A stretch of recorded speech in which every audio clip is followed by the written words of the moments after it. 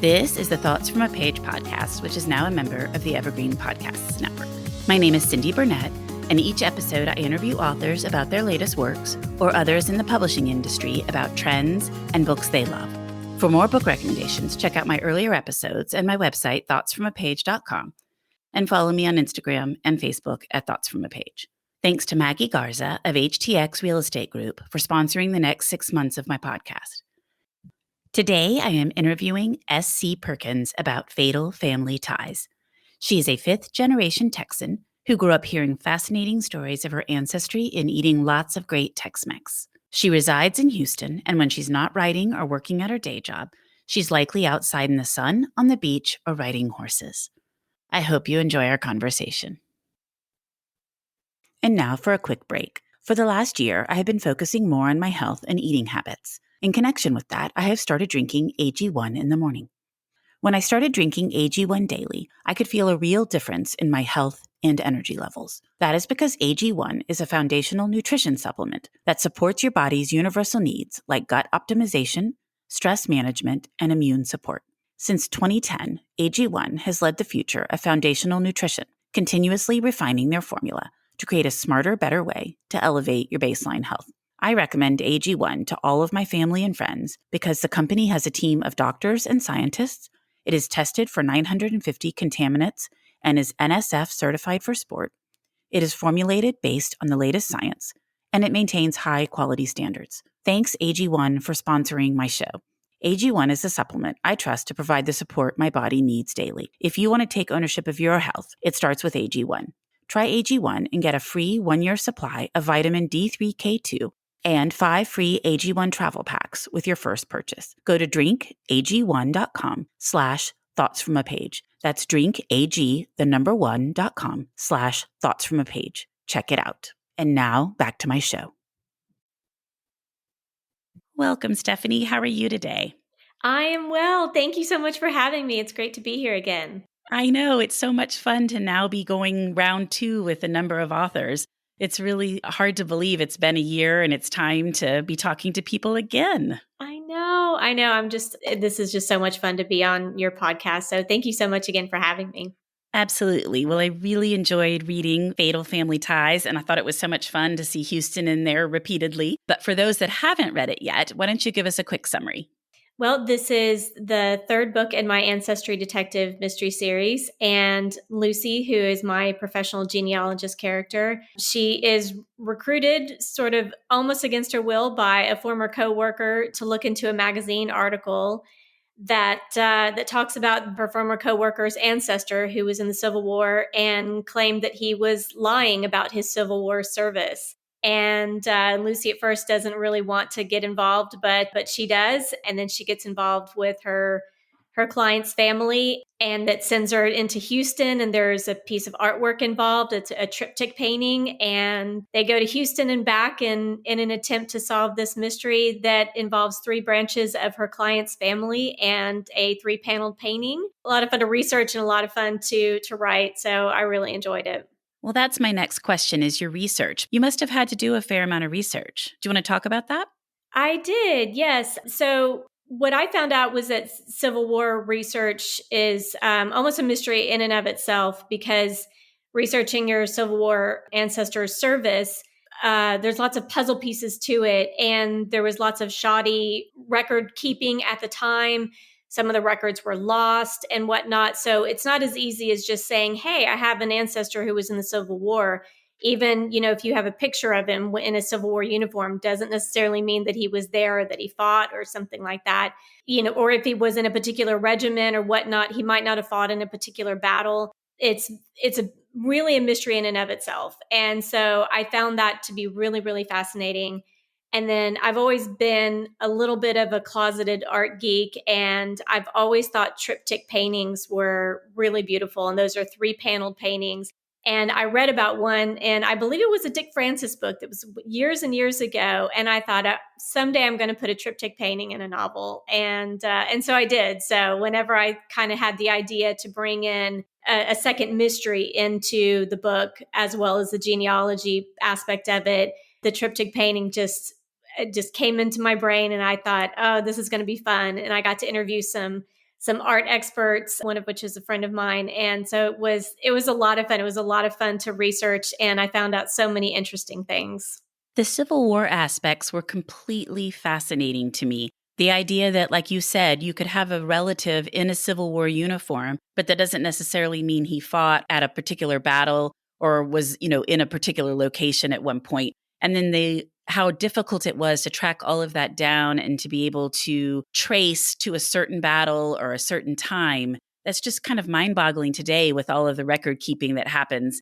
But you've got to think it was obviously the 1860s, and there was a lot happening and everything was just paper recorded. But it was interesting what links you had to go to be able to verify something. Yes, it really was very interesting. And there is one list called the Bowie list.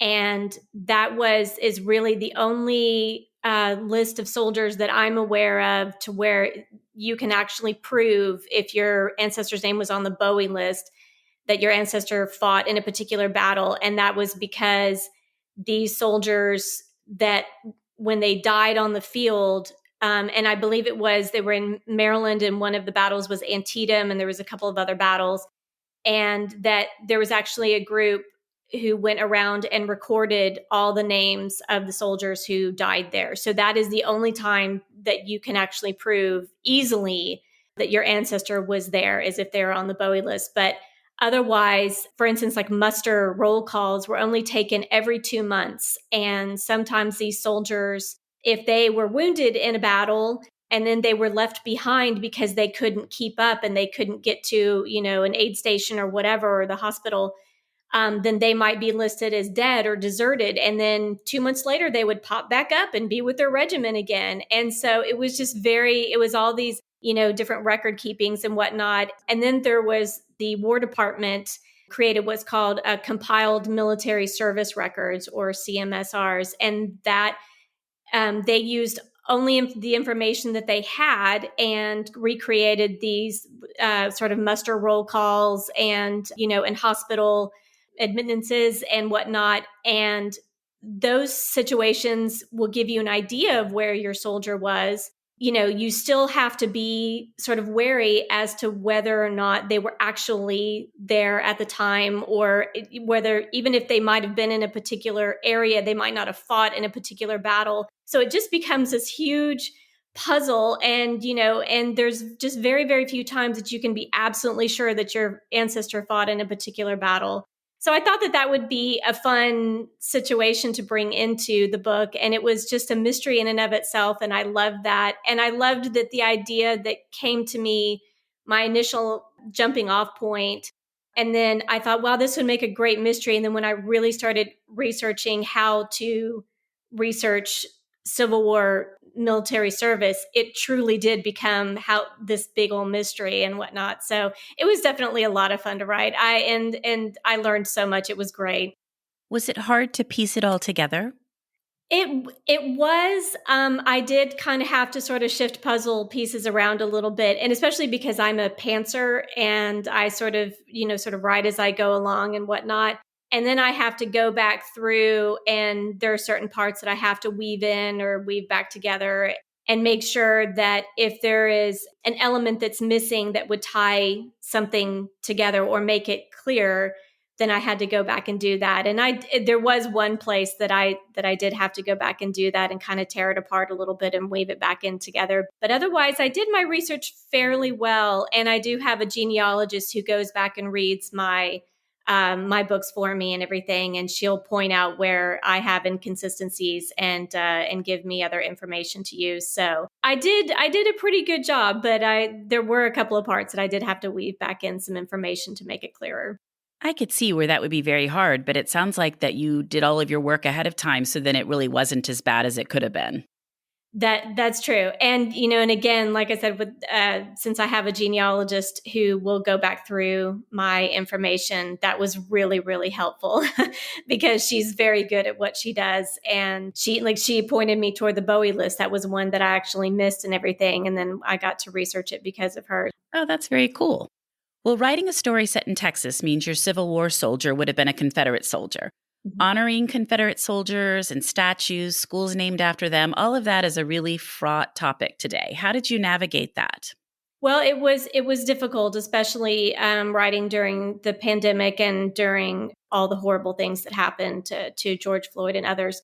So it was definitely something that I thought of, and I did consider bringing more of that into it. I did actually write a one chapter that dealt with sort of Lucy's idea of the Civil War and what, how she felt about being a genealogist and having to research, deeply into the Civil War. But in the end, I felt that it didn't serve the mystery any better. And so I did end up taking that out. But it was important to me to write, Lucy as someone who's an educator, and that it is sort of her job to see all sides of things and to the good and the bad, and especially the bad, and learn how to explain them to others and teach people to maybe open their eyes a little bit more. But I did learn a lot, and I actually did have it's now called an authenticity reader. A while back, you could also hear them called sensitivity readers.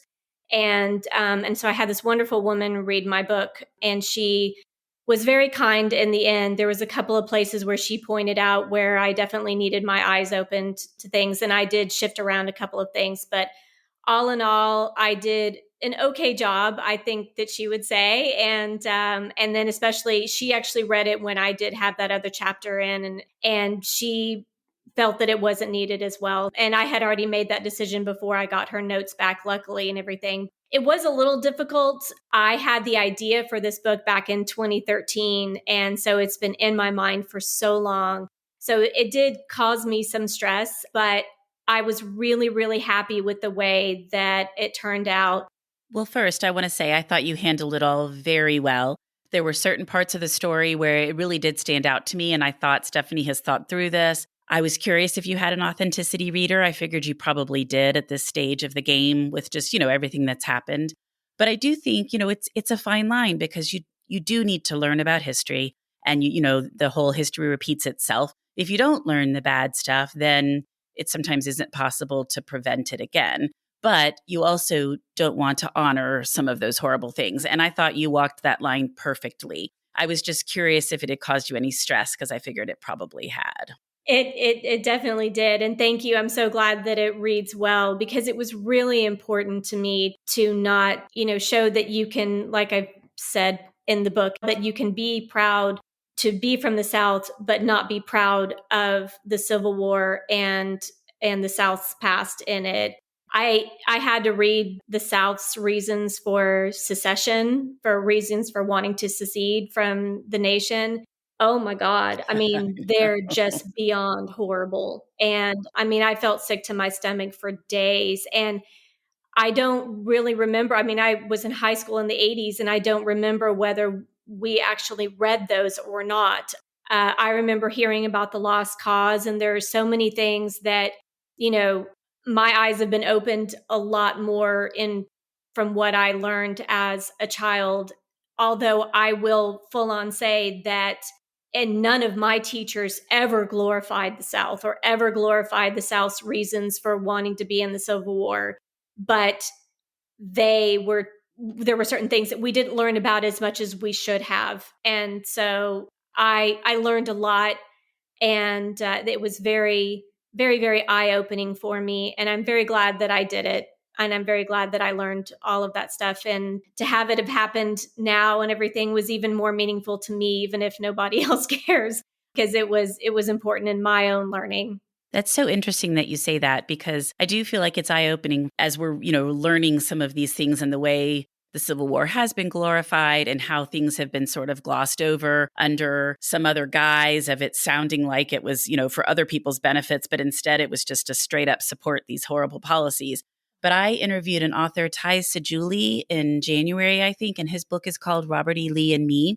He's a Washington and Lee grad, and then he taught at West Point. And so he later in life goes back and reevaluates his education at Washington and Lee and then the West Point and kind of the policies that they teach. And it was just fascinating. He grew up in Virginia. And so with the myth of the lost cause and Robert E. Lee, and it's a fascinating read. And it was really interesting to hear him speak about it too.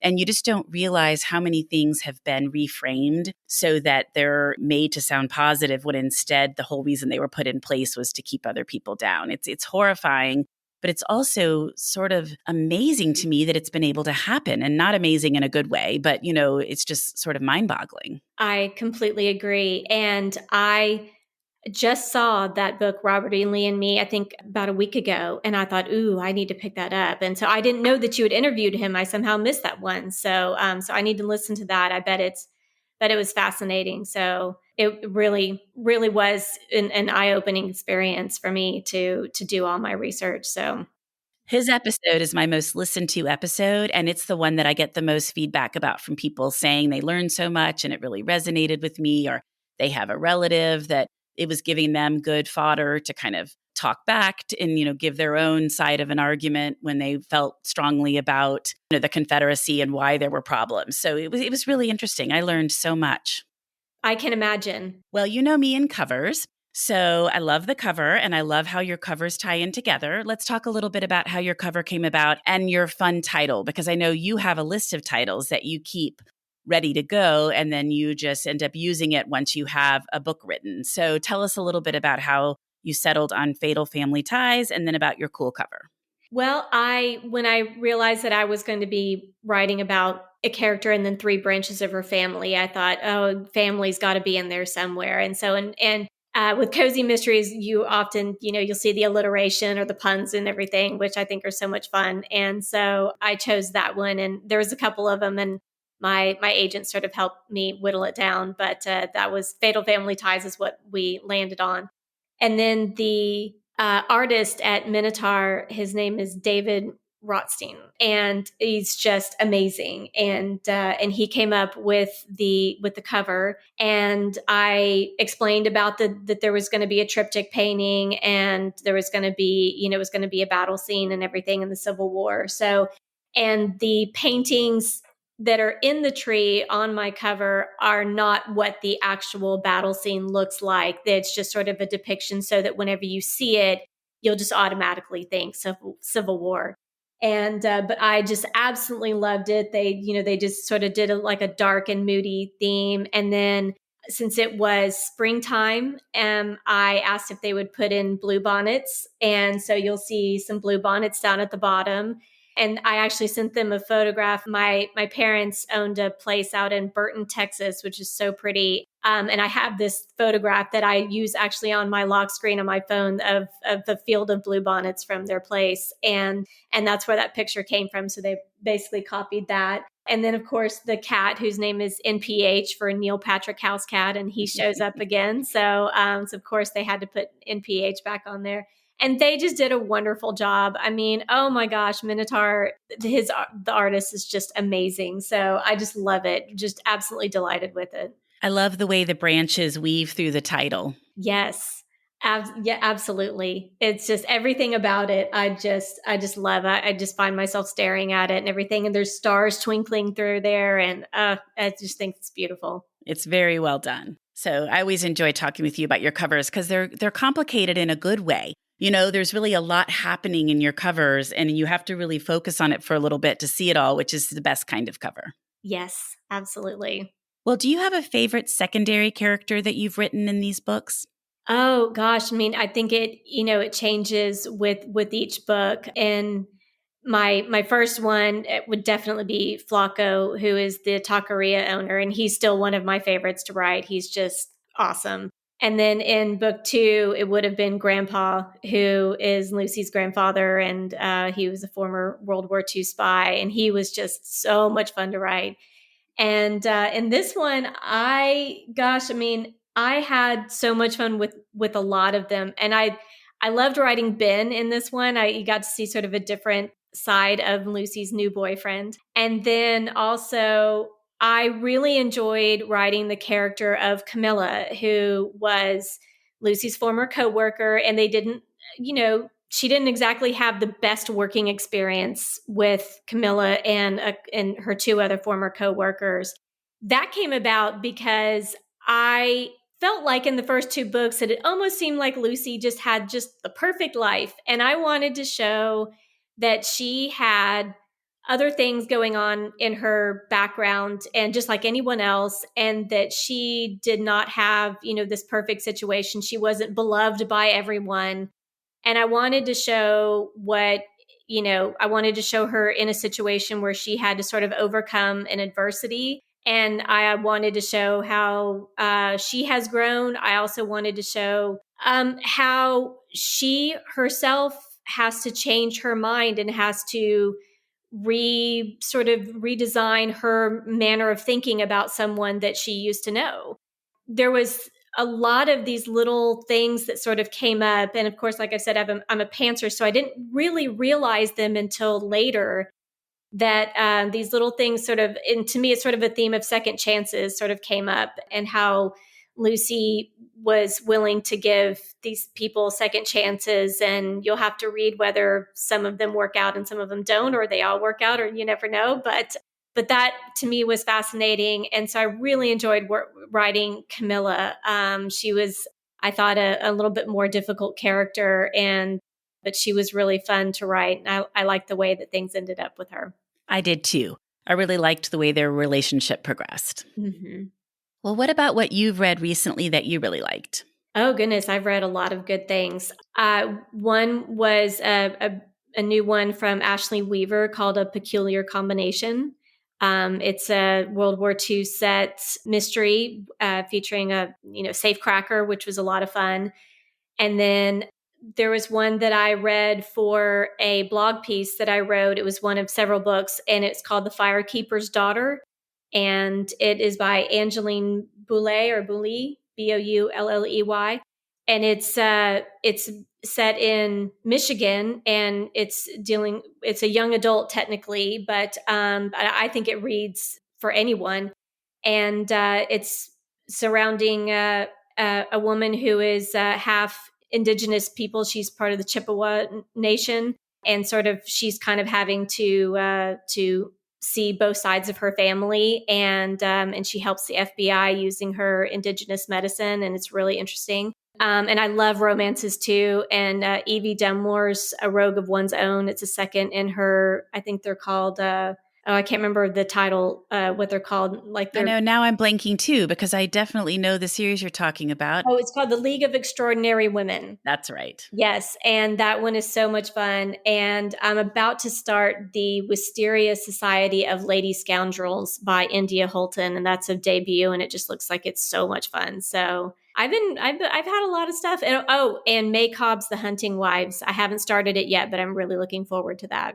And she's a fellow Texan. She is. She's wonderful. I have not met her, but I have heard that she is so much fun. And I have The Firekeeper's Daughter. It keeps being recommended to me, and I have got to move it up the list because everybody just keeps raving about it. I found the writing just to be wonderful, and she just did a really great job. So it's a great story too. Those are all great recommendations. And like I said, I'm going to get to The Firekeeper's Daughter sooner rather than later, and the others all sound wonderful. Well, I'm so glad that you could join me again on the Thoughts from a Page podcast. It was, as always, wonderful to speak with you. Oh, it was just so great to be here. Thank you so much again. This was just an absolute blast as usual. Thank you.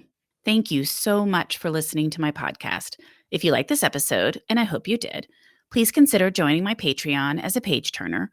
Follow me on Instagram at Thoughts from a Page. Tell all of your friends about the podcast and rate it or subscribe to it wherever you listen to your podcasts. I would really appreciate it. The book discussed today can be purchased at the Conversations from a Page bookshop storefront, and the link is in the show notes. Thanks to Maggie Garza for sponsoring this episode, and I hope you'll tune in next time.